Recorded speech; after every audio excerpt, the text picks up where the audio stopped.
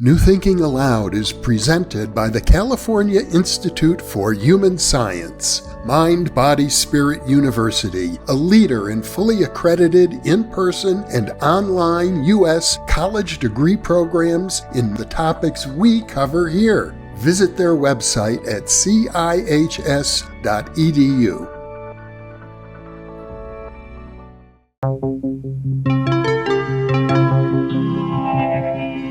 Thinking Aloud. Conversations on the leading edge of knowledge and discovery with psychologist Jeffrey Mishlove.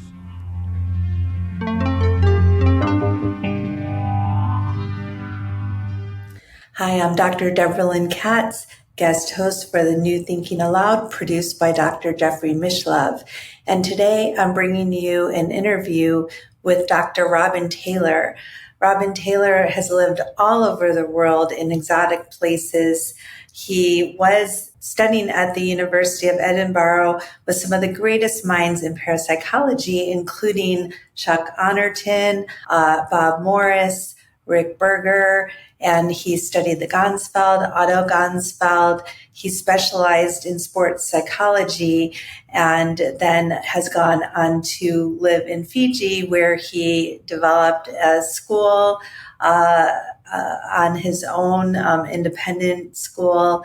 And we are going to have a great conversation where we talk about different spiritual practices in Fiji and different attitudes and orientations, not just for parapsychology, but towards psychology as well. Robin, you have been involved in parapsychology for a very long time.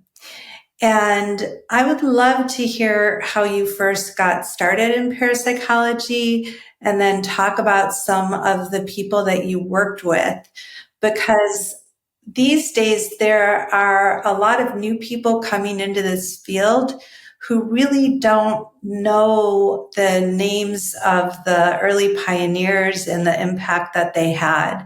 And so I thought we could start off talking about all of that and then move into more current interests that you have. And I'm also very interested in hearing about Fiji and people's attitudes towards parapsychology and all the topics that fall under that umbrella.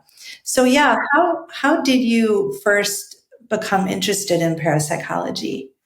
So my mother was massively interested in this, and I remember being an 8-year-old listening to her discussing with friends just to kind of explore the possibility that things may not always be easily explained by science. And I was always fascinated by that idea. And I guess part of my curiosity, being an inquiring mind, I'd always had my eye out for it. And I started my degree doing zoology at Dundee University. And I was always interested in behavior. So I was looking a lot at the idea of animals and comparative psychology and looking at things like that. And I had a girlfriend who was studying at Edinburgh University at the time. And she said, do you know that there's a new unit being set up? Because we were talking somehow about something to do with psychic events called the Koestler Parapsychology. And I was like, what? Couldn't believe it. I mean, it just seemed like an incredible thing. So I kind of reached out and contacted Bob Morris and said, look, I'm really interested in what you're doing, and can you let me know what's going on, and et cetera, et cetera, et cetera. He'd recently released a book and co-authored it with 3 other authors. Can't remember, I think Hoyt Edge was one of them, and the other 2 I can't remember off the top of my head. But anyway, it was a big sort of handbook about parapsychology. And I do remember inviting him to a talk at our university, and he'd sort of come along and did a very funny thing I thought was a very funny thing, where as other graduates and postgraduates are coming in, I just remember him sort of leaning back and putting his hands in his pockets and looking down at his shoes. And as everyone finally sort of came in and sat down, he just looked up and he said, well, are there any questions? And I just giggled and giggled and giggled. Man, this is a really funny guy, and he was. And so I kind of got formally introduced to the sort of formal parapsychologist stuff, and I was reading like crazy everything about it. And I just said, would there be any possibility of me joining, the parapsychology unit at Edinburgh University? And he said, yeah, absolutely, of course. So, but what are you prepared to do? So I pretty much came along just as an intern and a coffee maker and a sweeper and whatever it is. And got to know at that point, Caroline Watt and Richard Wiseman were in the same cohort as myself, and there were a couple of others that were ahead of me. So we had, I've forgotten the name now. We had an Icelandic guy and another English guy that was there. That was the first lot that was through there. Julie Milton had just started off with Deborah. They'd finished their PhDs and were now fellows at KPU. So a really exciting time. And I think I got there in 87 and there was a conference being held. So I think because of the associations with John Beloff. So I kind of got to just muck in with that and, muck around and got to meet various people along the way. And that was the start of my journeys. And that's so cool that you were cohorts, classmates with all the names of people that have really had major impact on the field. I, not too long ago, very closely examined Julie Milton's dissertation on displaced psi effects, which, it's so significant because so many people today notice displaced psi, where someone's being asked, a remote viewer or psi participant is told to describe a target, but then they end up describing another photo that the target's being compared to, or another photo within that order. And I didn't even know that she had done a dissertation on this for many years and then dug it up. And, it's, and I have questions for you too about, because, Wiseman is known as such a skeptic. So, just curious before we go on, was he skeptical even when you were a classmate with him? Well, look, I think it's one of those things where I'm definitely of the opinion that I definitely fall into Bob Morris's camp, where we have to think about skeptic as actually being much more along the lines of, doesn't mean to say that you don't believe that things are happening on, but rather your burden of proof needs to be stronger, say. So I think that Richard was always someone who was doubtful about the veracity of psi effects, and Bob totally embraced that point of view to say, actually, it's a really great thing that we should be doing, because it's quite clear that there are people who would basically fool themselves, or are keen to allow others to be fooled and stuff like that. So, and Richard was, and I think does remain, someone who can be open-minded, but for the moment he's definitely taken a path where he feels that it's maybe better to ring the bell of saying, I don't believe there's strong evidence of this. I'm not persuaded. So that's the way he is. But he was always, what he wasn't at the time was he wasn't as in the public eye. And more of the skeptical perspective. Although I think I did hear recently that he had some kind of intuitive experience that was opening him up a bit. Did you hear about that? No, I haven't. I do keep in sort of personal contact with Caroline from time to time, but, I haven't heard anything about, but I think that at the time, under this team, under this umbrella with, Deborah and Bob and John Beloff, it was a lot more integrated and a lot more respecting everyone's point of view. And it was kind of a little bit like, when people say, oh, you're a parapsychologist, does that mean that you believe in this stuff? And, that's where Bob was very strong. And then when you say, no, it doesn't, it means we study this stuff. And so people who study the effects of people who believe that they're having a psychic experience or that psychic events are occurring in place doesn't mean that you have a belief system one way or the other. You should be being bound by the scientific process and what actually comes out of that. And that's how you take it forward from there. So I think that was really strong. And I thought that was a real asset for KPU when it started up. And Bob was very open-minded to that stuff and just said, I think he was looking at the way parapsychology had been successful or not across the rest of the world and thought, we need to try and make sure that we're relevant to not just parapsychology, but also how it fits in with mainstream psychology. So, for instance, can I just say, Julie, absolute genius. It's one of these people that, had been taken out of, for many years, had been taken out of, potentially some really productive work that she was starting. And, it's really great to still see that she's engaging and stuff like that. But yeah, really glad that you found the dissertation, because there's some really innovative stuff. And definitely we're all probably playing catch up with the stuff that she's doing or has done before. So my own work was involved in looking at sports psychology. So I was kind of doing a lot of sports psychology stuff, and this was in the realm of imagery training. So I was very interested in terms of looking at imagery and its ability to give you the ability to maybe try and have psychic events. So I was looking at athletes who would be training up to have stronger mental powers to use in their athletic performance. And it's almost like, well, since you have this trained ability, let's see if we can influence an RNG, which a little bit complicated, but basically I had them looking at animations that were driven by a small RNG that was related to their sport one way or the other. And again, that probably made me a little bit more of a cognitive psychologist or stuff like that. But yeah, at the end of my PhD, I had a pretty brutal Viva oral exam. And it was basically David Marks, who was the external examiner, who's very skeptical, had been very strong in the skeptical community, but was very strong in imagery as well. So I'd been one of the pioneers in imagery.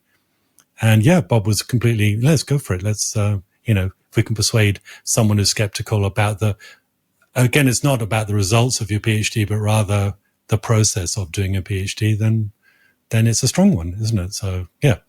And you actually got through the whole process and got your dissertation approved? Yeah. I got through it, and now I've got no hair and I need therapy. No, it was great. It was a really great. I loved the Viva. It was really great. And I think John was sort of my internal examiner, and David Marks was the external one. But can you talk a little bit more about that project with your dissertation, and what results did you get? Bob was great at trying to bring in these really big names. And one of the biggest names, a big name that we had was Bob Rosenthal came and spoke to us about meta-analyses and effect sizes. And this was stuff that Chuck Oniton was bringing on board into parapsychology in a really, really big way. But that was probably where I came. So I had very small sample sizes, and I didn't have anything that was statistically significant, but I had effect sizes that seemed to suggest that something was going on. So it's the sort of stuff that you'd have to kind of do many, many of these experiments. Why do I have small sample sizes? Because I was trying to do something that was called, it has better ecological validity. So what I was actually doing is I was going to where the athletes were doing their athletic endeavor, and I'd set up a small lab in their gymnastic hall or in the shooting range and have them say, can you try and influence this animation, which has actually got an electronic coin flipper that's going on underneath. So yeah, it was definitely not conclusive. It was more about a process or a methodology that was there. And I think, again, we were looking a little bit more at what's the process of actually doing the imagery training. So it was probably as much about that as well as the results. And that is so interesting that you were studying the visualization effects on athletes. Even back in those days, it seems like that subject has just exploded, or it's really common knowledge and practice for athletes to do visualization. Yes, I think that it's one of those things where, it's become a lot more obvious that a lot of people are using psychologists either, especially in elite performances, to be able to do that stuff. But it's a little bit like I can definitely, I'm out of it, so I haven't been doing any sports psychology for a long time. But what I do see is that I don't see significant changes even from those decades ago when I was doing it that shows a massive or significant advance for that. I'll give you an example why I think that's there, and then I'll explain why I think actually I'm going to cause lots of ruffles here, but I don't think that maybe the field in the ganzfeld research has actually advanced that much either since I left it. So, but in the sports psychology, what you can see is that there are people where you need to focus on what it is that you want to look at. What is the bit of your performance that you want to look at. And so one of the things that came out from sports psychology, which is kind of interesting, Rhea White was the person who was a parapsychologist who looked at sport performance and psychic events. And you definitely get some really wacky, weird things where people are going to very weird extremes. And this is where you get a flow psychologist called Mihai, who basically looked at the idea of flow psychology. And when you're getting into these peak experiences, which often result in a peak performance. And that is why we thought that there was a good overlap between athletes performing at a peak thing and then potentially psychic experiences again. But when you hear some of the way that athletes at their peak performance are doing these incredible things which go way beyond their physical ability, and that they feel that they're starting to see energy flows between other players, and they feel effortless, and they don't feel like they're extending much energy, and they're completely aware, and they feel like time seems to change differently. So time is not in the normal pace of things, which is not unlike people who have mystical experiences where they sort of feel that they're getting into this weird place. And I don't think that sports psychologists are focused much on that aspect of it, which ultimately is the thing that would drive many athletes to try and get to some real peak performance that's there. So at the moment, sports psychologists are probably just focusing on getting a good result or a winning result, or whereas I feel like it should be the experience that really is something to strive for. And, that probably mirrors so much of what happens whenever researchers are studying people, at least until recently, they're not going to even be aware that that's really going on unless they're interviewing the athletes, really finding out what are they experiencing and what are the effects from doing it. If they've just got their stopwatches out and they're only examining behavior.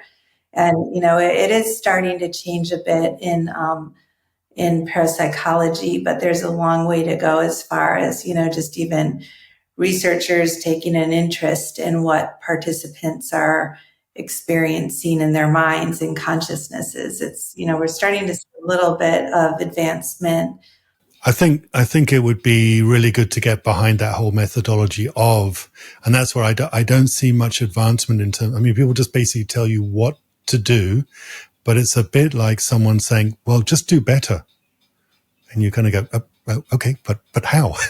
Yeah, how do I do better?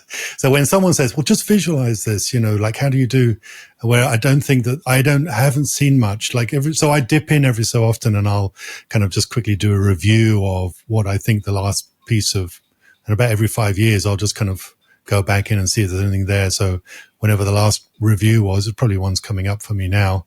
I haven't seen much changes where people are kind of going, okay, we do a structured protocol which does this activity, and then once you've done that, and of course the problem is that we don't have flip top heads. We don't have the ability to kind of like open up the head and see the machinery and then look inside to say, is this person actually doing the right thing?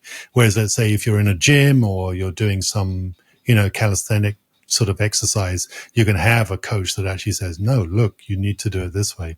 That's one of our problems there.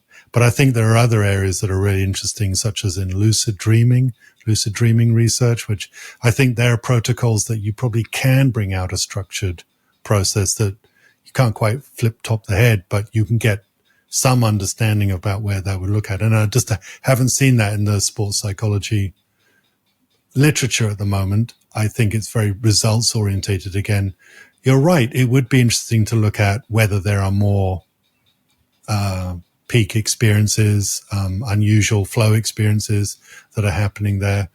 My guess would be not, because again, it's not focused on the experience of getting that flow. It's just focusing on, and then you win, and then you get the medal, and then you get the endorsement. But that's my guess. That could really make a terrific study right now, like to do a survey of athletes, particularly those that are using visualization practices, to see if they're having, metaphysical type experiences or experiencing energy. That would be a terrific study for someone to do right now. Yeah, I think there would be a lot to gain from that. And I think that, one of the things that we were doing is we were trying to figure out. So my own research was very much based on, a diverse set of things. And actually it was Rick Berger that sort of said, I was saying, Rick, I'm really struggling. I don't know what I am. Am I a sports psychologist? Am I a parapsychologist? Am I a micro PK person? Am I, and he just said, look, you're just basically someone who integrates it all. That's you're an integrator. That's what you're doing. You have to think of that way. That's your specialty. You're not. So basically you're a jack of all trades in this arena. And, I think that,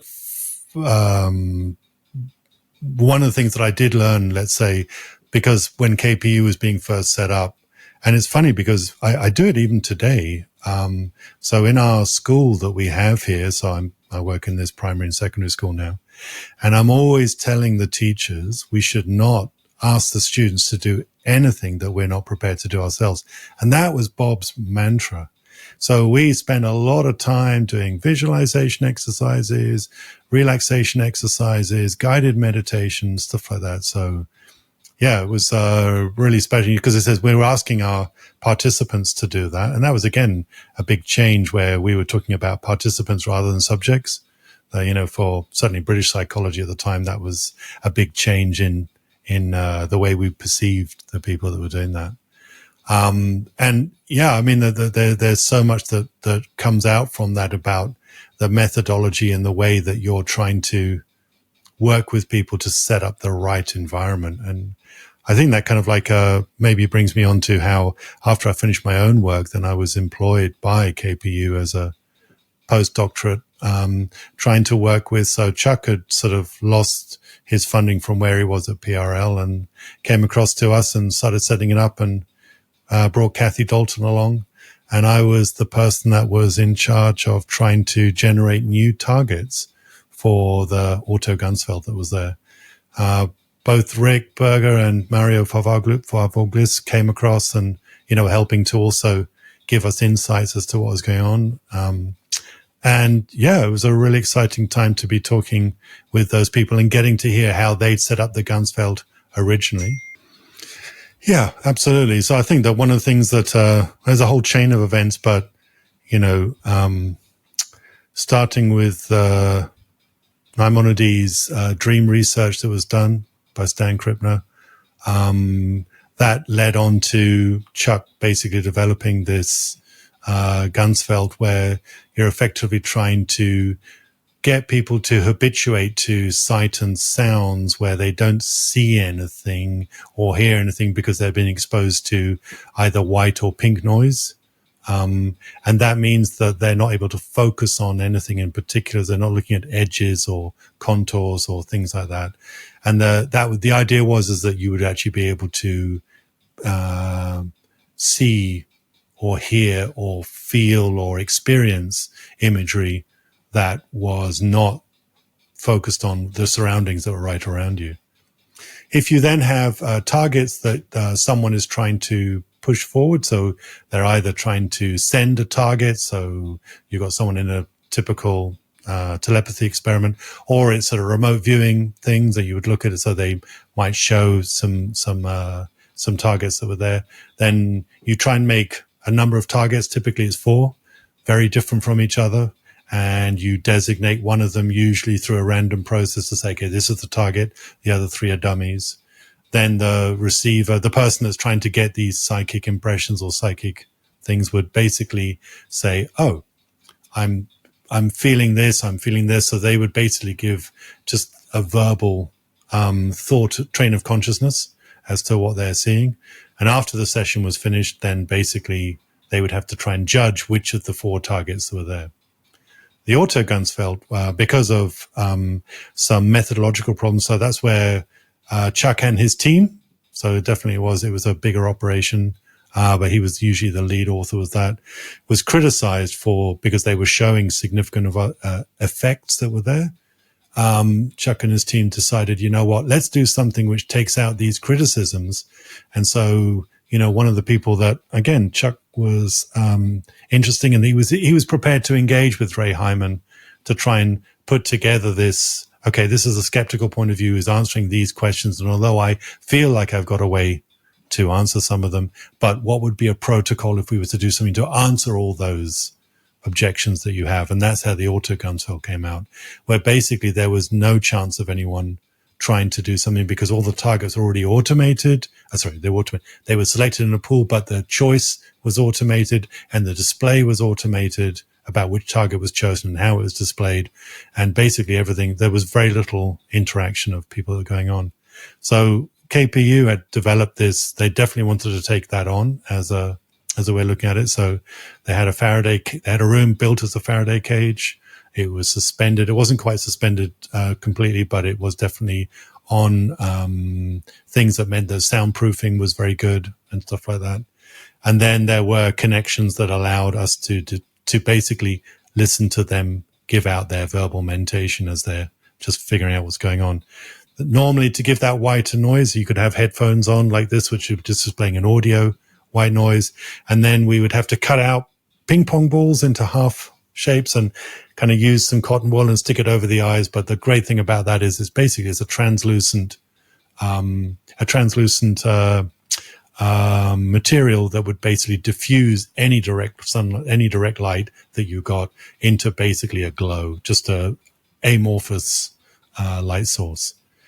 And we eventually ended up by using not just static pictures, which is how Stan Krippner first started off with that, but we started using video excerpts. So we tried to make the video excerpts as different as possible. We're using dynamic targets for that. And again, the results seem to suggest that overall, just so that people know, when you look at the actual meta-analysis of what this is, but when you would expect by chance to get 1 in 4 correct, it seems like the effect size is about 1 in 3 would be guessed correctly. And that was highly significant, statistically significant. Yeah, so I brought up that our mutual friend Rick Berger helped, or really could be credited as the inventor of the autoganzfeld from a technological perspective. And I've been hoping to get him on a New Thinking Aloud and interview him right now. He's a little camera shy, but I know that he often talks about ideas for new experiments that can be done now. And I know that the two of you sometimes discuss that. So could you share a bit about what you would envision researchers today could do that maybe, you mentioned you haven't seen all that many changes in terms of, at least with the ganzfeld or some of the early research. Where should we be going now? Very briefly, let me just explain where I think the things have gone wrong. So again, after we completed the lab and and all the protocols, and we had the equipment up and running, there were students, great postgraduate students, who were really keen to have a go at this, and they just sort of raced their way through. And again, they're thinking about, oh my God, we've got to get the numbers in, the trials in, to try and get something like that going. And I think, honestly, what happened is that they didn't understand that it's all about trying to set up the right kind of psychological environment. And so when most of these results didn't show any statistical effect, you kind of go, Well, this is where Rick would come in and say, yeah, you can see that it's not there because, and Kathy as well, because you haven't spent time setting up the right environment. So I remember, there was a talk given, and it was, and Rick and I have spoken about this a lot, but effectively you wouldn't do more than 2 trials a day. And that was rare. Most of the time it was 1 a day, and probably there'd be a day and then there'd be a bit of a rest. Okay. What does that look like? Well, you're kind of investing in this experience and this whole thing that the people are going through. And you were mentioning your own work about how you're having to take people through. So you have to kind of set people up for success. You have to kind of give them a psychological look. I know people think this is crazy, but you've got to remember that these things can happen and do happen. And there's no reason why you shouldn't be able to do exactly the same. So it's setting the right psychological environment. Now, if it was me personally, I would do something. I kind of go, let's go really overboard. Let's really make it sort of wacky. So I would want to do something where you would come into a laboratory where you'd sort of go through, and I remember actually Chuck talking about this, but sort of saying, you'd be kept to the reception, and then you'd have a chat, and then it would basically be something like a 3-4 hour prep time to get to the person before they're actually sitting in the chair and they've got the ping pong balls on and they're actually doing the stuff that's there. So it's a long time to prep. But as they're getting closer and closer to the actual experimental room, you're giving them higher and higher expectations about that this is going to work. This is really going to happen. You're going to be great. And even if you don't, doesn't matter, because we're still learning from it and we really appreciate what you're doing. And there's no pressure from that point of view, but don't feel that things can't happen because it's impossible. So I would go one step further, and I was thinking, something on the lines of, as you go closer and closer to where the experimental ganzfeld room would be, things just look a little bit off. Not off as in weird, but, that's not what I expect. It's not. So for instance, a simple thing, let's say physically, would be the door frames become more rounded as opposed to square. That you're physically kind of going, yeah, I guess that works as well. And so it's almost like I didn't realize that was possible, because that's also setting up so I would probably exaggerate that part. And I think that was a really important part. So yeah, Rick is very strong on that, on, the idea about giving people the right psychological environment to have those effects. And I feel that the ganzfeld research hasn't really replicated that since those days of certainly the stuff that they were doing at PRL, and then further on, the beginning parts of KPU.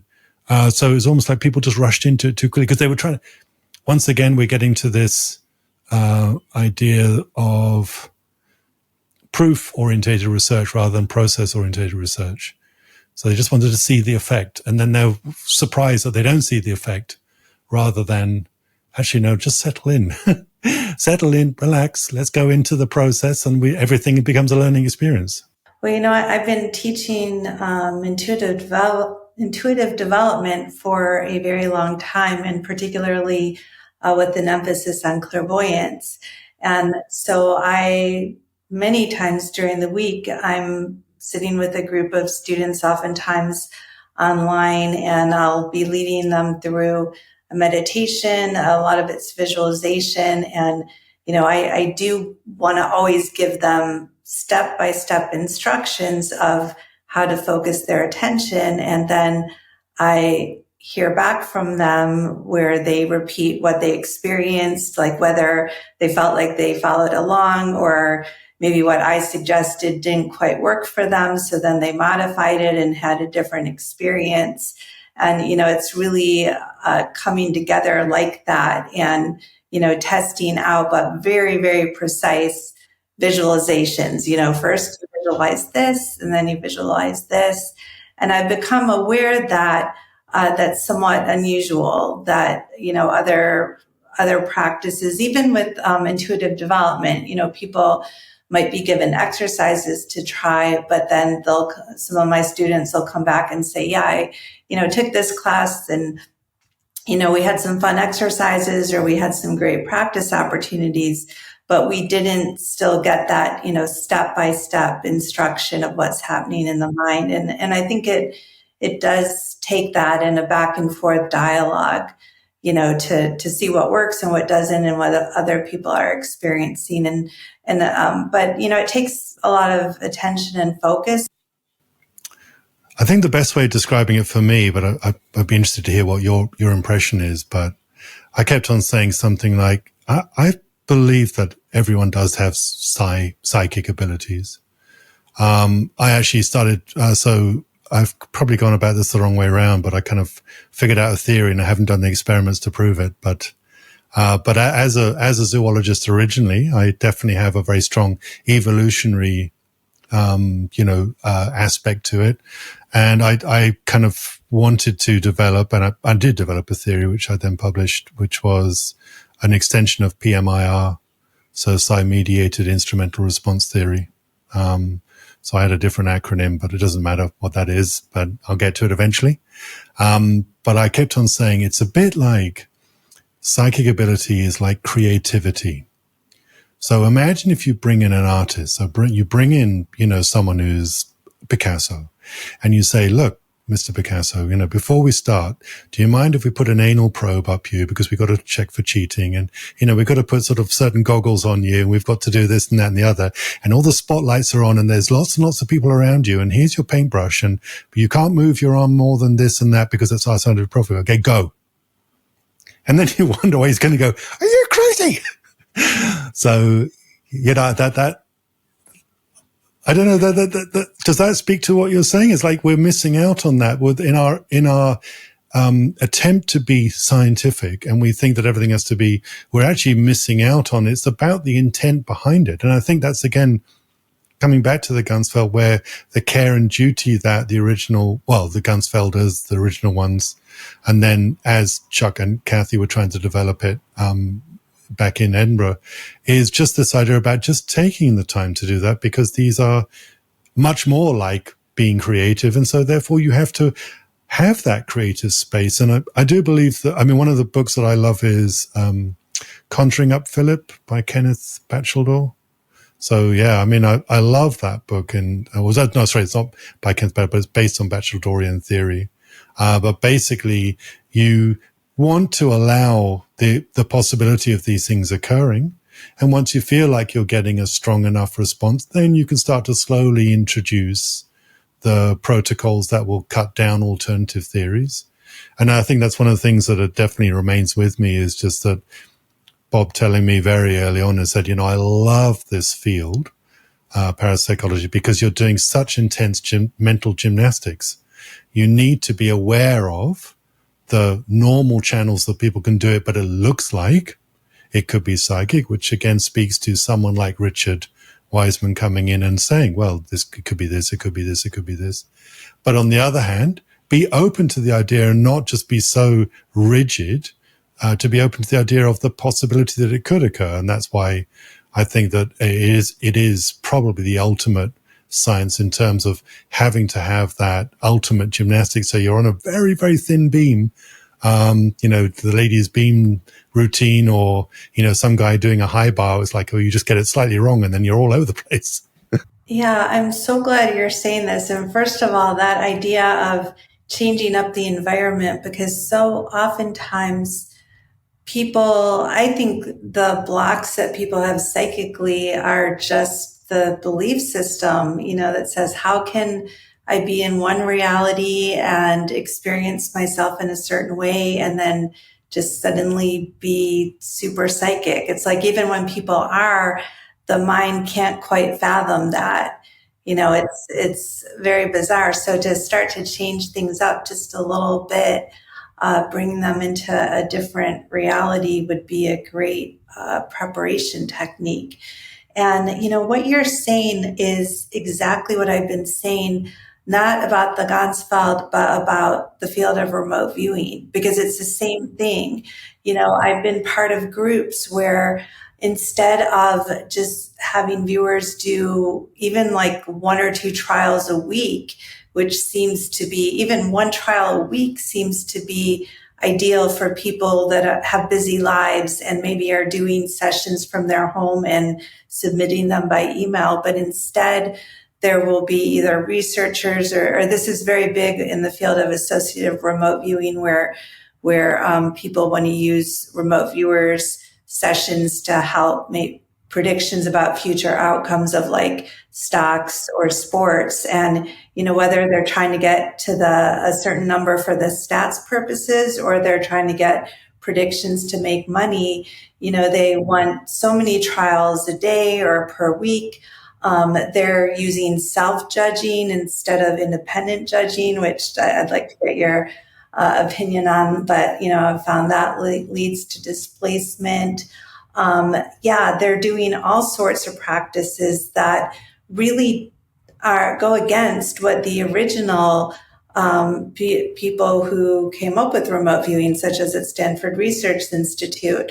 Now, I was even talking to Russell Targ called me about 3 days ago, and he said that he had an epiphany. And what he was saying was that he felt that the act of bringing people into the lab, these were oftentimes senators or people funding the program who didn't even think that they had psychic abilities, but he would bring them in and they would have success, like immediate success. And he said, he's thought long and hard about that. And, what was it that led to their success? And it was that a lot of times it was him, sometimes it was other researchers, but that they spent the time with those people, right? Like they sat down with them, they did what he calls interviewing, which today we call monitoring, but saying, okay, like get relaxed. And now you're at the location and what do you see? And when they would say, I see a door, he'd be like, well, you go through the door and now what do you see? And it was spending that personal time with the people rather than what we tend to do today is say, okay, you're going to do a session, turn it in, I'm not even going to have any contact with you. And, sometimes we don't want to have contact with participants or viewers or whatever you want to call them because we want to establish blinding. And I think that's another thing too, maybe you can speak to this is, scientific protocols call for blinding, for separation of roles. Maybe the autoganzfeld came about because it could allow for less personal contact there. So what is lost, not by even just wanting to rush, but just wanting to do things in a scientific manner? Yeah, absolutely. So one of the things that happened when I first came here to Fiji, after my postdoctorate, I kind of came to Fiji and I wanted to set, something similar to an autoganzfeld up as well here to do that, because I did want to continue that research. But there was one technical difficulty after the, and the place where I was working, which is called the University of the South Pacific, it tended to have a little bit more of a focus on, depending on how an academic tends to split up their time in most universities, but where I was working, it tended to be very little time was spent on research. So when people heard that I was doing parapsychology, because of it, the strong Christian faith, I was definitely being told and warned to say, it's demonic, it's Satan's work, you're going to be, you're going to be inhabited by lots of devils and stuff like that. That's going, calm down, cowboys, calm down. It's not that way. I don't believe it's that way. And I don't know anyone who's had like that. Do I think that it's possible that these things could happen and all that sort of stuff? Yeah, I mean, absolutely. I think that people, if they have the mindset that things could happen to them and that, then I think that you can definitely persuade yourself or talk yourself into something. And I guess it comes down to, understanding that it's really the individual reality that a person has. Well, that's real for them, isn't it? I'm also someone who's maybe not persuaded that there is such a thing as objectivity. I definitely believe that we have shared values and shared experiences and shared things like that. But to have something that's truly objective, I think is very hard to prove. This fear that people have about possession or demons coming through if they're going to get involved in parapsychology. It's one thing if people are, let's say they're practicing mediumship or channeling, and if they're going to, sit there and open themselves up to spirits coming through, or, then there is more likelihood of something like that happening. But it's this last week when I ran this booth at this UFO conference, and we had a couple of contests, and one contest was putting an object in a box and asking people to use their side to, give some impressions about what's in the box. And I was shocked because the most common question I got from people when they came up was, is this going to expose me to evil spirits, or what's going to happen to me? And I was like, wait a second, all you're doing is, closing your eyes, and we're asking you to get some impressions about what's in the box. And what was in the box was a can of Coke, which maybe some people would say is, part of the evil empire. But yeah, I was just like, what? There's no reason that you're going to suddenly be possessed by just closing your eyes and trying to get some kind of impression any more than you would with any other activity that you're doing. So I was surprised that even in this day and age, people are afraid of that. Well, here it's definitely the case that people say, not will it happen, but they say it will happen. So that, makes it a little bit more difficult. But on top of that, there's definitely some really interesting things that are going on here. Small anecdotes that I can tell you, but let's say, for instance, I was really lucky to be invited by an ex-student of mine who basically lived in the Solomon Islands. And that is mostly people who come from, so it's on the western side, so it's much closer to Australia and Papua New Guinea. And they are what are called Melanesians, but there are Polynesian outlier islands. So Melanesians tend to have more Afro hair, but they're quite fine-boned. They're not like African Afro hair. Very fine-boned, a little bit smaller. Polynesians tend to have the wavy, and sometimes it's the most Western people's idea of what a Pacific Islander would look like. And then we also get Micronesians as well. And they're different again. But I was invited to an island where my friend was saying, you're going to come to my island, which is a Polynesian outlier, and it's not like the other islands where there is no witchcraft being practiced. And I went, oh, thank God for that, I mean, I wasn't making, he's going, no, Robin, you don't understand. There is no witchcraft being, and I said, well, I wasn't expecting any. But what I realized what he was trying to say was that something along the lines of witchcraft is completely true and it's real in parts of the Solomon Islands. And people do have these, what we would call psychic powers or psychic events, a lot of PK events, a lot of stuff to do with, healing stuff that's going on there.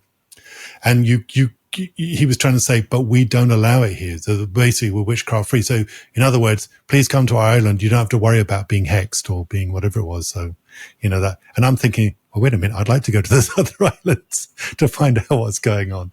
So, I mean, that was one thing. Another anecdote that I got very early on was, a member of my staff in the department I was working at, and she kind of knocks on the door and says, do you mind if we have a chat? And I said, yeah, sure, have a go. Closes the door and says, well, Robin, I just want to let you know that, and I can't remember, it was a relative of hers, and said, well, this relative of mine has died. And I said, I'm so sorry to hear that. My condolences. She goes, yes, never mind about that. But we put salt all around the house, but she's still haunting us. And so basically the belief system, which again is why it's interesting to think about in terms of, which is why I'm not stopping. I mean, I haven't given up on parapsychology, I just paused it. Once some other things are out of the way, then I can start to come back into it. Because I think that the belief system of people having events that are definitely not explainable by conventional science, they might have a different frame set, is still very strong. It's very strong here. So the last anecdote I wanted to give was basically the people that have kind of been interested in is that every province or place around here, they tend to have different abilities that's unique to them, which is often given to them by traditional totem plants or animals or spirits or things like that. And one of them, which I think we could explore a little bit later, but it's the idea of being able to work with fire. And in particular, these people seem to have the ability to heal second and third degree burns to the point where you don't see any scarring. And that if you basically get a burn, you go to a person who comes from this particular place, comes from a particular village. And when people describe what it feels like, they say they put their hands on the burn. It feels incredibly cool. They can feel the heat being pulled out of them. And again, because of my zoology background, I kind of understand a lot about, and one of my final year projects was to do with skin. So basically, once your dermis, your underneath layer is disturbed or traumatized, you're going to get scarring. There's no way to avoid it. But these people are coming out with no scarring. That would be fascinating to do. But the reason why I haven't engaged in it is because I think it's really important to think about the cultural, and I mean the ethnic cultural implications of having westernized scientists come in and just basically declare it's this, that, and the other, and somehow obviate whatever the original belief system is, why they have this ability. So they have a folklore about how they acquired this ability, and I don't feel like we've really got a handle on how to do this in a way that would be respectful to their culture. We don't want to come in and say, yes, that's a lovely story, but you're wrong because science says it's like this. Yeah. No, that's such a good point. And yeah, you wouldn't want to get in the way of that process. I would love to experience that and see, because I've been involved in energy healing for many years. And in fact, I lived in the Philippines for a year and studied with a number of healers there, to try to get an understanding of how they were doing what they were doing, to see if I could perhaps, do the same thing. And I found a lot of the healers were authentic, and I discovered firsthand many were also not. I mean, they were, faking some of their procedures and or results. And so, I would love to just meet with healers that are and see what it is they're doing to, especially to heal something like burns. Have you seen firsthand, like someone who was burned and then they went to a healer and they were okay? Yeah, but when it happens, you don't care what's actually going on. So, in terms of, but it was a friend of mine who unfortunately, had half his face burnt. There was a pot of boiling water thrown at him. So it was very, very bad. And, so of course I went to go in and see, what was going on, but I actually, so when I was doing my own studies and I was looking at imagery, one of the areas that, of course, imagery has been applied a lot, which you must know about is in healing. So I was doing a lot of guided imagery exercises with him for that. And he also had a person that came from this particular village to look at what was going on, to basically do some healing and do the touching and stuff like that. And he was also in a burns unit. So he was actually in a very sterile environment. They were doing everything that was there. You would not know that he had a burn, but that was definitely second degree burns that was going down to a dermis. There's no way he would be able to, but if you saw him today, you would not know. I've also seen, so it's not firsthand where I sort of saw the injury and then saw it get progressively, and it happened very quickly. The actual healing happened very quickly. But I have seen, let's say, relative of my wife, she doesn't have any scars and all that, and apparently had, again, some boiling oil put onto her arm, when she was much younger, and, had someone again put their hands on the arm and there's no scarring tissue or anything like that. So that's two people that I know of personally that I can speak to. But yeah, lots of other people have spoken about. Wow. And that's pretty unusual for burns and just healing and burns. I haven't heard stories of healers specializing that around the world. And is there a particular island where they specialize in that? Yeah. Yep. There's definitely an island that is there. It's off the main island that we have, and it's also only in 2 particular villages that were there. So it's not everyone from the island can do this, but I think what was really nice, just learning about that is, again, if you have a method, well, it's all, you were saying about how you want to do science and you need to try and avoid making it just too objective and too clinical. And I think that I would definitely subscribe to that. So what I found is that trying to get in as an outsider, trying to get into an island culture and ask about these things, the one thing you cannot do is ask directly, because they will just tell you what they think you want to hear, because islanders are very obliging, they're very polite, and they just love to try and make you feel welcome and make you feel special and make you feel, so they'll tell you what they think you're looking for. So in fact, what you have to do is you have to spend time sort of building up a rapport and then asking questions which seem to be completely unrelated, but you hope will trip into this arena. And then you go, oh, that's an unusual story. Well, why don't you tell me about that? But I'm here for, why your door is painted green and not blue, or whatever it is, so you're trying to be a little bit tricky and underhand to get them to that, just so that they can tell the story from their own perspective. But that takes time, and you have to settle in and not just kind of push yourself forward. Otherwise you're just going to project what you're expecting to hear, even if you do it unconsciously. And the islanders are really good at trying to figure out what they think you want to hear, and they'll, boom, there you go. It's this, it's that, the other, and you're kind of go, oh, yes, lovely. And you write it up that way, and of course it's not that, for real. So, what year did you move to Fiji? 94. So I came in 94, so I've been here now 30 years. How is it for you as a foreigner or Caucasian academic? Was there adjustment? How did people take to you? Yeah. I was ready to leave within months. I was like, oh my gosh, what am I doing here? I got to get out, I did not enjoy it. And in fact, it was the very student that I was telling about that invited me to the non-witchcraft island in the Solomon Islands. He actually came to me at the end of the first term that I was there and just said, you need to understand, Robin, that we understand what you're trying to do and we appreciate it. We really understand. What is that? So how does it work roughly? I just felt that there was an awful lot of excuse making for the students that were there, and people were trying to sort of make excuses.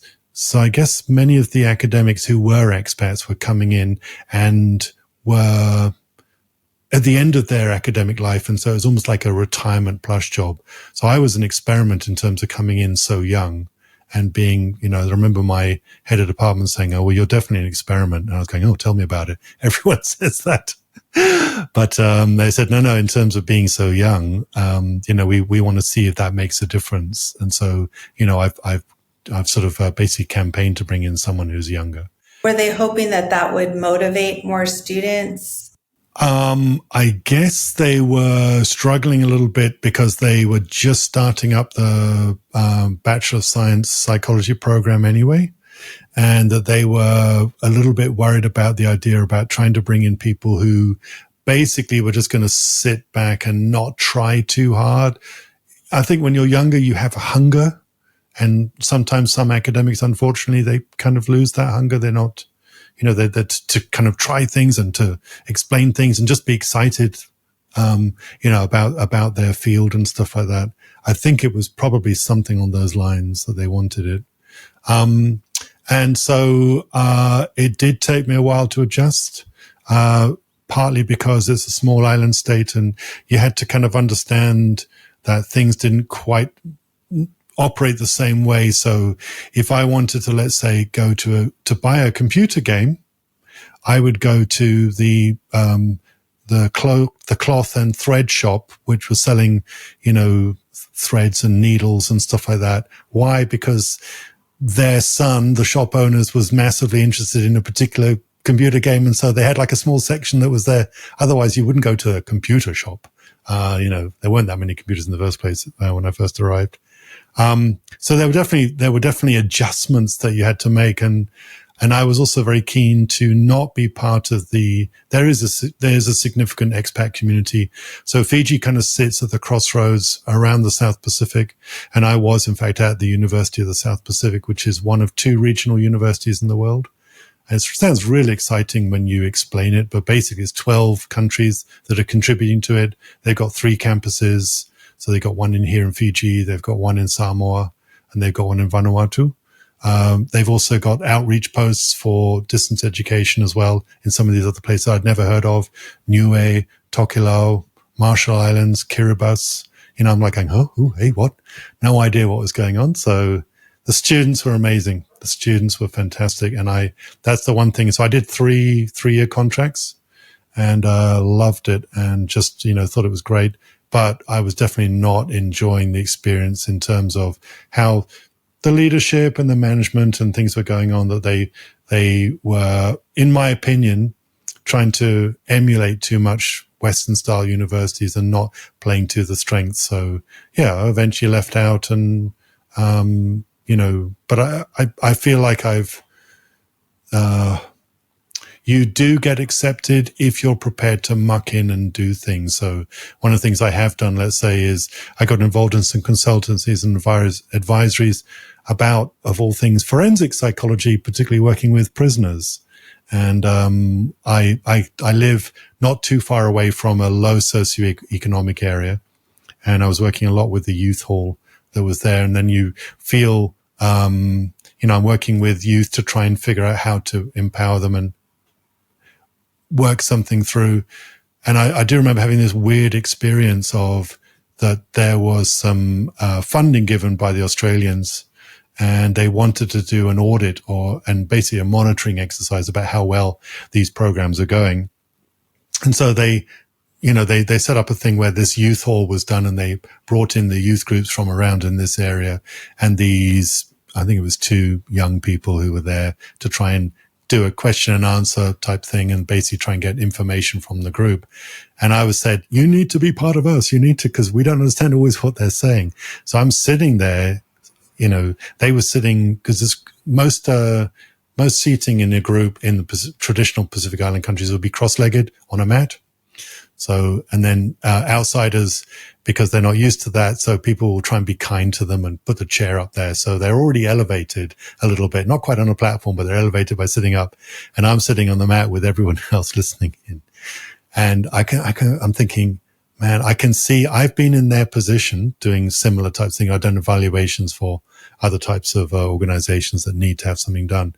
And you can just see how people are miscommunicating across the different cultures that are there. And there's certain expectations. And again, that comes down to you probably need to kind of settle in and not try to project something to say, I'm this kind of person or that kind of person. But I'm not answering your question very well. I feel like I'm definitely more than a tourist. But I wouldn't want to be so arrogant as to say I'm Fijian, or I know Fiji, or I don't speak the language, but I have enough of a smattering to fool them into thinking that I understand what's going on. So I'll say a couple of phrases and they'll say something like, oh, he understands Fijian, and I can understand that. And I'll say back in Fijian, no way, I don't understand anything. And they go bluff, so you can have a lot of fun with that. But yeah, I really don't do as much as that. So. Yeah, at least you try to adapt to the culture and do as they were, even just sitting on the floor with them is that's not a small thing. Well, yeah, you're right. Although we have to be careful because that could come across as, sorry, when you say that, that's the kind of stuff that I would have said originally. But again, that can be perceived as, kind of like it's a small thing. Well, actually, no, it's not anything. It's just the way it is. You just, fall into it. But one thing I will say is that, when I was at the Koestler chair, one of the people that was, right next door was Deborah Delanoy. And she always said, I do feel like a little bit of a split personality here, where my heart is still in Northern California. And I'm definitely a California girl from that point of view, and probably rooted a little bit in the 60s and 70s. But my head is here in Edinburgh, in, and in the kind of space of parapsychology here. So I definitely feel similar to what she's experiencing, where there's parts of me that feels that, I'm definitely still rooted in understanding about what's going on in parapsychology and feeling like I still have something to contribute, but I haven't done anything for a while. So at some point it's going to unfreeze and I will start to be a little bit more active. And yet, but living here is definitely where, my intellect and I still feel like there's a lot for me to learn from this place. It sounds like your heart is really there. I mean, do you feel like this really now is your home? I think I would have to say, honestly, I feel like still I'm a global citizen. So yes, home is wherever you spend more than 2 weeks. So yeah, so I think, yeah, of course this is home. I mean, I'm really lucky. I'm in my own house and, and my heart is here. I mean, I've literally married into the Pacific because my wife is from here. But she's very exotic as well in that she's half Tongan and half Fijian. So I actually get to meet the Tongan side of the family as well. And that has its own protocols. And it's as different as, let's say, something like, I guess, Caucasian Americans and Spanish influenced Mexicans, the difference between Fiji and Tonga, something like that. So yeah, it's really great to kind of get that variety and it's very exotic where, when I lived in the UK, I would always think of Australia and New Zealand as being the height of exotic locations to go. But literally from here, it's a weekend. People, okay, you have to be relatively rich, but it's not out of bounds to think about going to Sydney for a weekend. I was just in Sydney because I have my only son, Manny. He married an Australian girl, and now they have 2 beautiful kids. And so the only way I get to see them, though, is to travel to Australia. So I was just there in Australia and New Zealand for a month in January, so I've been there twice so far. And every time I looked at Fiji, and I was like, damn, I should really stop in Fiji on my way here or back. Yeah. Well, now you have no excuse.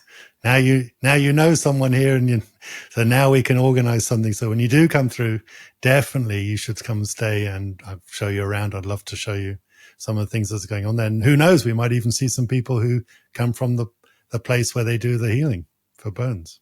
That would be amazing. Yeah, because, when I would look at going to Fiji, I would get overwhelmed because it looks like there's a few airports there or a few places that you could end up going to. And I was confused about, well, where's the best place to go in Fiji if you're only going to be there for a few days or so? And so, yeah, what would you say for someone that is traveling from the States over to Australia and they do want to do that stopover? Like, where's usually the best place?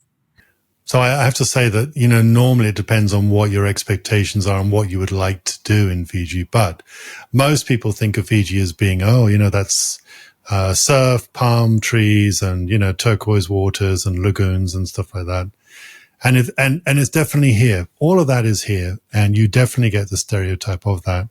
So most people, maybe sort of around about our age and know of Brooke Shields from Blue Lagoon. And that was filmed in the Osawa Islands. So, if you want to check to see what it looks like, then that's definitely there. Tom Hanks filmed Castaway, also not in the Osawas, but in northern Viti Levu, which is the main island that I'm living on now, that you can do that.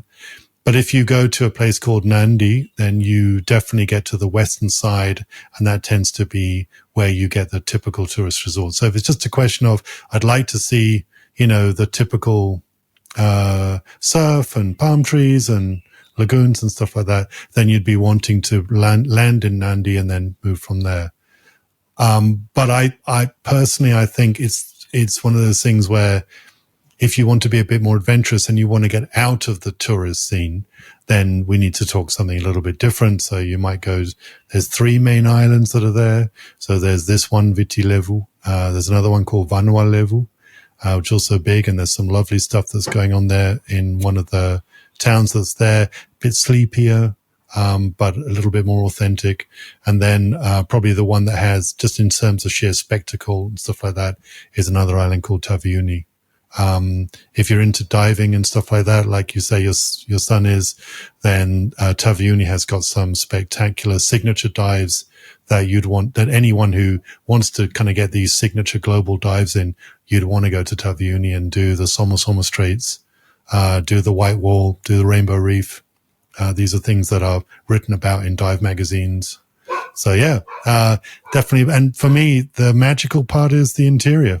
So everyone looks at the coast as being where it is, but in fact, we live on these 3 main islands. They're volcanic, and when you go into some of the interior, you're looking at things where you kind of go, "Wow, this is straight out of the Lord of the Rings." I mean, it's not cold, but just weird rock formations and really fascinating. It's a place that the Fiji Tourism Board just hasn't figured out. You know, that's the real where I think real magic occurs. And again, we were talking about, you know, the ability for setting up an environment where you kind of feel like, wow, things could happen. So people could be more psychic in the interior. Yeah. And you mentioned Lord of the Rings. When I was in New Zealand, we had a lot of spots that were actually the filming sites for Lord of the Rings. And that was fun. In fact, a lot of tourists, they plan their whole trip around, there's like Lord of the Rings maps that you can follow where they filmed everything. And, you know, it kind of gives you some idea of where to go. And, you know, there's just so many places. And yeah, New Zealand was beautiful. And I can only imagine Fiji. And you mentioned like the names that most people have never heard of, Vanuatu and Micronesia. And the only reason I've heard of those places is because I get earthquake alerts on my phone, you know, whenever there's over a 6.0, and Vanuatu definitely gets those just like almost daily. So how about you? Have you experienced many earthquakes in Fiji? And no, we are prone to it. There are things that are happening there. I think I may have experienced maybe one. I experienced one, I think, when I was visiting some friends in Auckland. That's there. Vanuatu has an active volcano. So we are in this kind of sphere called the Ring of Fire, which is sort of this chain of things, which is basically highly volcanic. But I tell you something that was very weird. Remember a couple of years ago having that underwater explosion, which was a eruption, and it was photographed by satellites where you saw this kind of huge explosion that went around there. So I experienced that, and that was my veranda door was rattling, and I was thinking, what is going on? I couldn't figure out what was going on. I'm looking at there, and I'm looking to see if there's huge lorries going past on my road or something, because it felt like it was something like that. Couldn't work it out, and it kept on going for a long time. And then my wife said, "Oh, can you come and pick me up from work?" So go into town, I pick her up.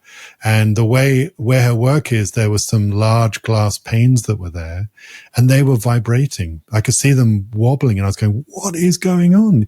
And it was basically atmospheric ripples that were going through that was causing these pressure differentials where the panes of glass, I mean, big shop window fronts were just vibrating.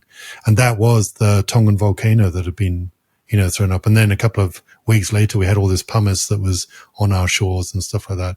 And that's when you realize, wow, I really am in an active place. Yeah, I remember that. That was crazy. It was like people were very perplexed about what had happened there.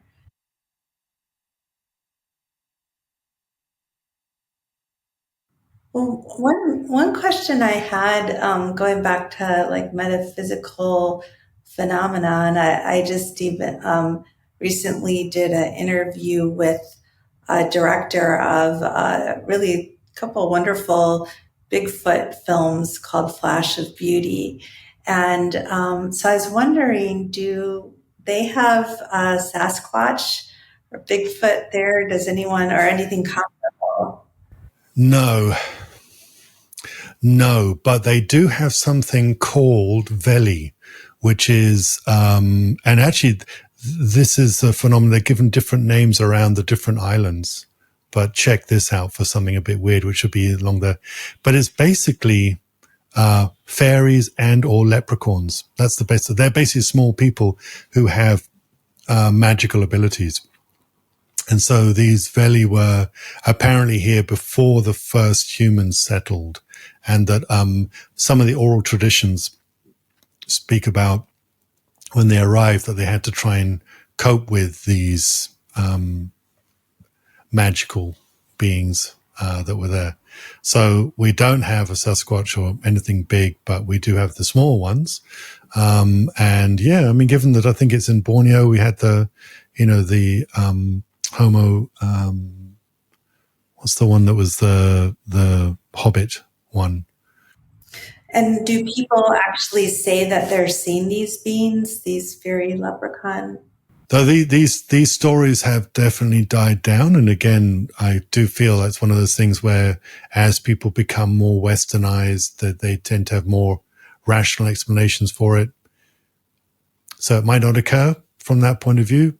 Of course, someone who was, I don't want to use the word skeptical, but someone who doesn't believe that this is real would just basically say, well, it doesn't happen that much because it's not real in the first place. And, you know, that there's a much more rational explanation. But, some of the stories that I've heard, again, these are stories that come out from these sideward conversations. I mean, you're not actually angling for it, but it comes out.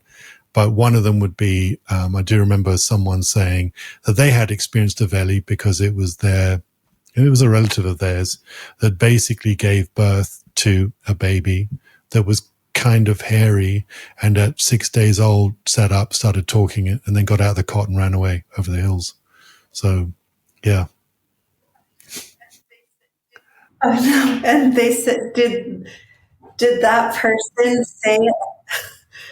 Did they say it was their baby that it happened to them? Yeah, they were convinced it was their. Yeah, it was completely. They absolutely thought it was.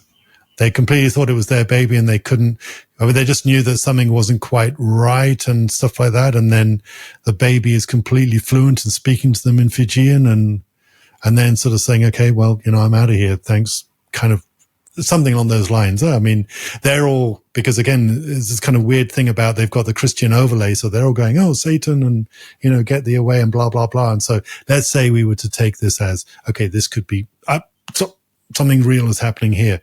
But if you were, let's say, this other person and you were real and you were, then you might be kind of going, oh, they're rebuking me and they're calling blah, blah, blah. This doesn't look like a good place for me to stay. So yeah, of course you'd run away. But, I'm convinced enough to, I mean, it has definitely been reported in the anthropological literature around from that. There were some other things actually that's kind of interesting as well.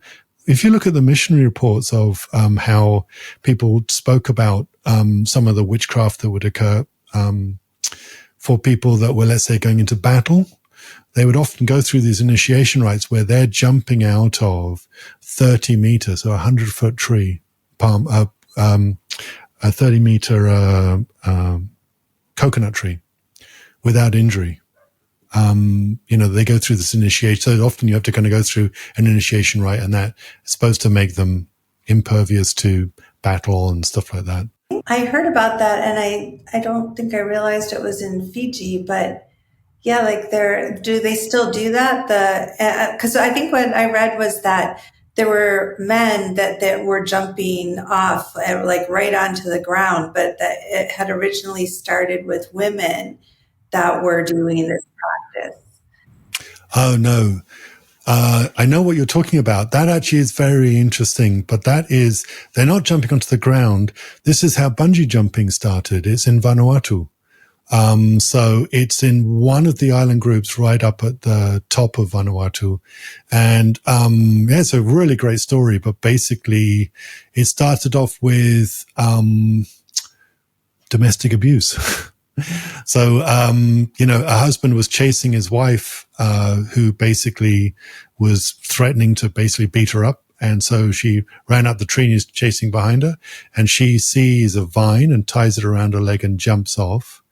And he jumps after her and basically, she saves herself and he plummets to the ground and therefore, is killed. So, the bit that I don't understand is how that turns into a male initiation rite. That's the bit that really confuses me. Where basically the men now, as part of their initiation into manhood, they build these tall structures and they tie vines around, and then that's how and then basically a New Zealander called H.A. Hackett, I think it was, who basically saw this or heard of it or looked it out and then turned it into, bungee jumping as we know today. I think there was a bit of an accident when the Queen went to visit at some point and watched one of these ceremonies and someone got it not quite right and they kind of plummeted, they put their head into the ground and it was lots of people going over. Yeah. Ouch. That's different from the thing I was describing where this is stuff that was reported in the missionary books. So this is something we haven't seen. But only, what the missionaries are reporting in terms of weird effects where basically that would be pretty hardcore to jump from 100 feet onto ground unless it's some on a slope but yeah, this is their initiation rite to make them ready for being battle hardened and, ready to go. So, yeah, and they would just get up and go and, ready to go. And that was like a demonstration of it. So, the idea of having these alternative, ways of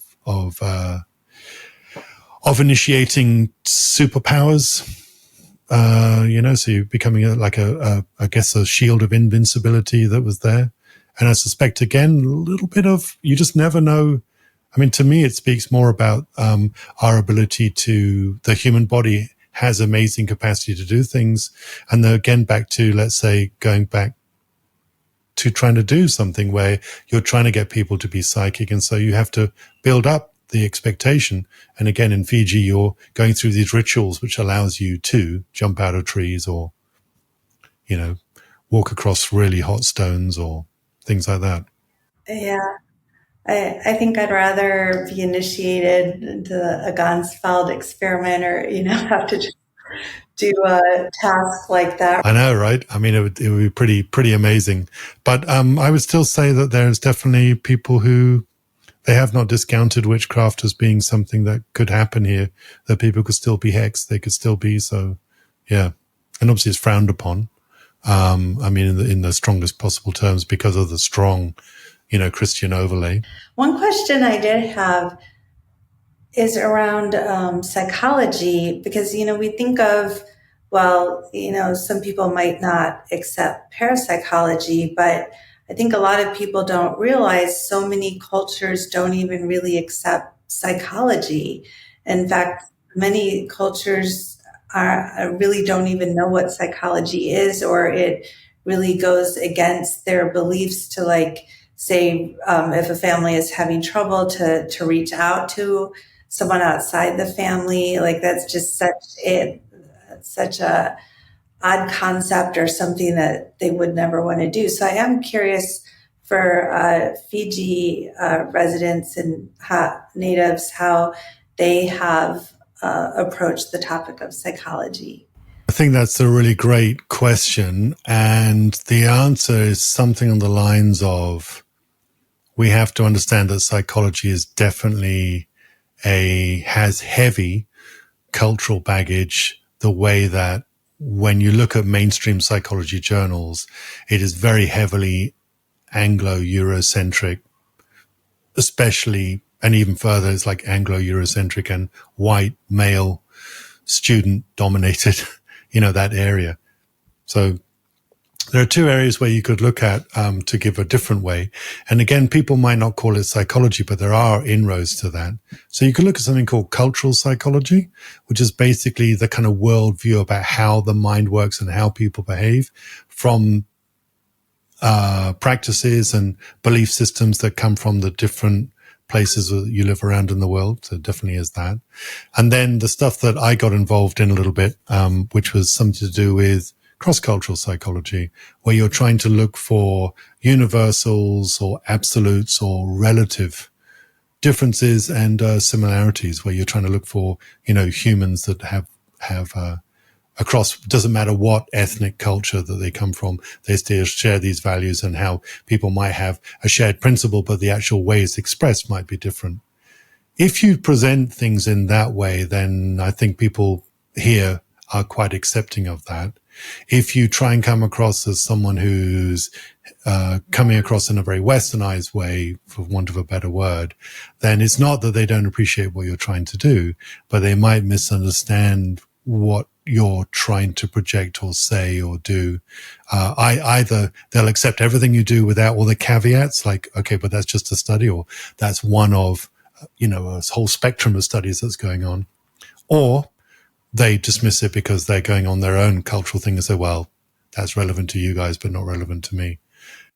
Yeah. And so if someone's having a problem, let's say they're feeling depressed or stressed, or having someone in their family's having a psychotic break, will they reach out to a mental health professional, or will they do something else? Having a psychotic break. Well, having a psychotic break is definitely a cultural, I mean, there are things that are really, I mean, that whole sphere of cross-cultural psycho. Let me take something a little bit more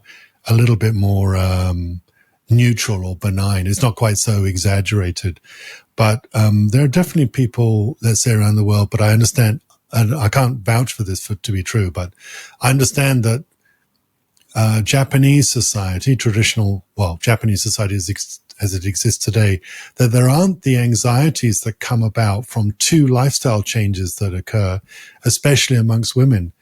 So basically, or men and women, when they're going into puberty.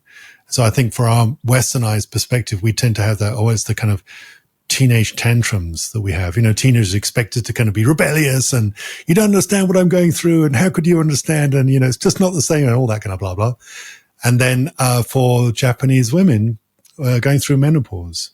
So, where things are changing, you're going through a different lifestyle. It's not that you don't get the physiological effects, but they don't make a big deal of it. So it's a sort of, you realize, oh, wait a minute, that maybe these are things that we're society's putting onto ourselves. And if you remember that maybe at the time of Sigmund Freud and Carl Jung, I mean, you had women that would go to these terrible things where limbs would lock up, and they were given this particular term, which I can't remember what it's called now, but it was a specialized term for women that were going through, which we don't talk about anymore. It's like not in the, it could be hysteria. I can't remember. It was something like that. Yeah. And again, we don't seem to talk about it anymore. It's like, seems to be from the culture of that time that was there. So that still hasn't answered your question. Do people go through depression and things like that? And, yes, but probably not in the same way that we understand what's happening in the West, mainly because I think one of the things that's a big feature about what's going on here is that the extended family is still a very large part of what's going on. And what we do see a lot of is people who are maybe in, especially cities, large cities, just that sense of loneliness and isolation, which is so ironic given that you're surrounded by people and yet people are retreating. And now that we've got these amazing devices that's going on, people are retreating more and more into this world. And you kind of, what was the thing I was reading about just recently is just, these digital girlfriends and boyfriends are now coming up, where you can actually speak to them and you can design them any way you want. And people are actually going, well, it's actually, because they always agree with me and they never disagree with me. It's like, what? But that does make pause for thought in terms of people not having to engage with society. So I think that there are people that have real issues that are going on here and stuff like that, but I don't think it's as extreme as maybe in the Western society, and that maybe you still reach out a little bit more to your extended family. So, not everyone is a natural counselor, but there's going to be a favored aunt or uncle who kind of takes you under their wing and says, hey, there's a different way of looking at it.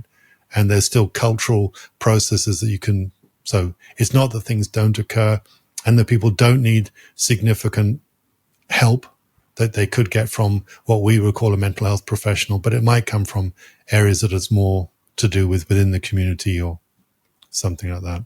Well, this has been a great talk. And does it seem like we pretty much covered everything? Is there anything else that you'd like to just share with the world or with your experiences? Or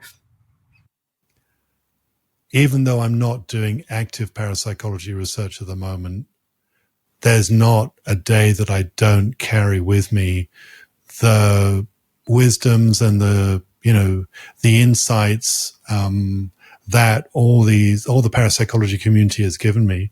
And that if I am successful in these other arenas that I work in, so right now I'm a lot in education, then it definitely, as a huge amount, is from the work that I was doing at the Koestler Chair of Parapsychology and subsequently going to conferences and stuff like that. And I'm just so grateful that I'm still invited to have, friend discussions with, people such as Dean Radin and Rick. I'm just on a personal thing, but Roger is a great and fantastic guy to chat to. So there's a few of us that are get together every so often. Deborah, of course, has just joined us quite recently, and I think that Kathy's also joined the discussion group. So yeah, I feel very, very, very blessed and very grateful. And yeah, Jessica is out of this world. And basically, if I'm going to start naming names, I think you'll have to cut this bit out because other people are going to offend and go, and me? But, even people like Stanley Krippner was very gentlemanly and very, very pleasant to chat to when I first started there, just as kind of any old intern and stuff like that. But yeah, what would I say? Yeah, parapsychology has definitely been an integral part of me growing up, and I definitely feel I couldn't do the other stuff which people say, oh, that's different, that's, a different way of looking at things, or that's creative and all that. I definitely know that that's come from working with this extraordinary community. Well, awesome. Thank you so much for just this great conversation and being so open. And it's just so nice to meet you. Likewise. All right. Well, I look forward to when you can eventually land in Fiji and let me try and be the host with the most. Yes, definitely. We'll do that. New Thinking Aloud is a non-profit endeavor. Your contributions to the New Thinking Aloud Foundation make a meaningful difference in our ability to produce new videos. Book 3 in the New Thinking Aloud dialogue series is UFOs and UAP, Are We Really Alone? Now available on Amazon. You can now download a free PDF copy of issue 7 of the New Thinking Aloud magazine or order a beautiful printed copy.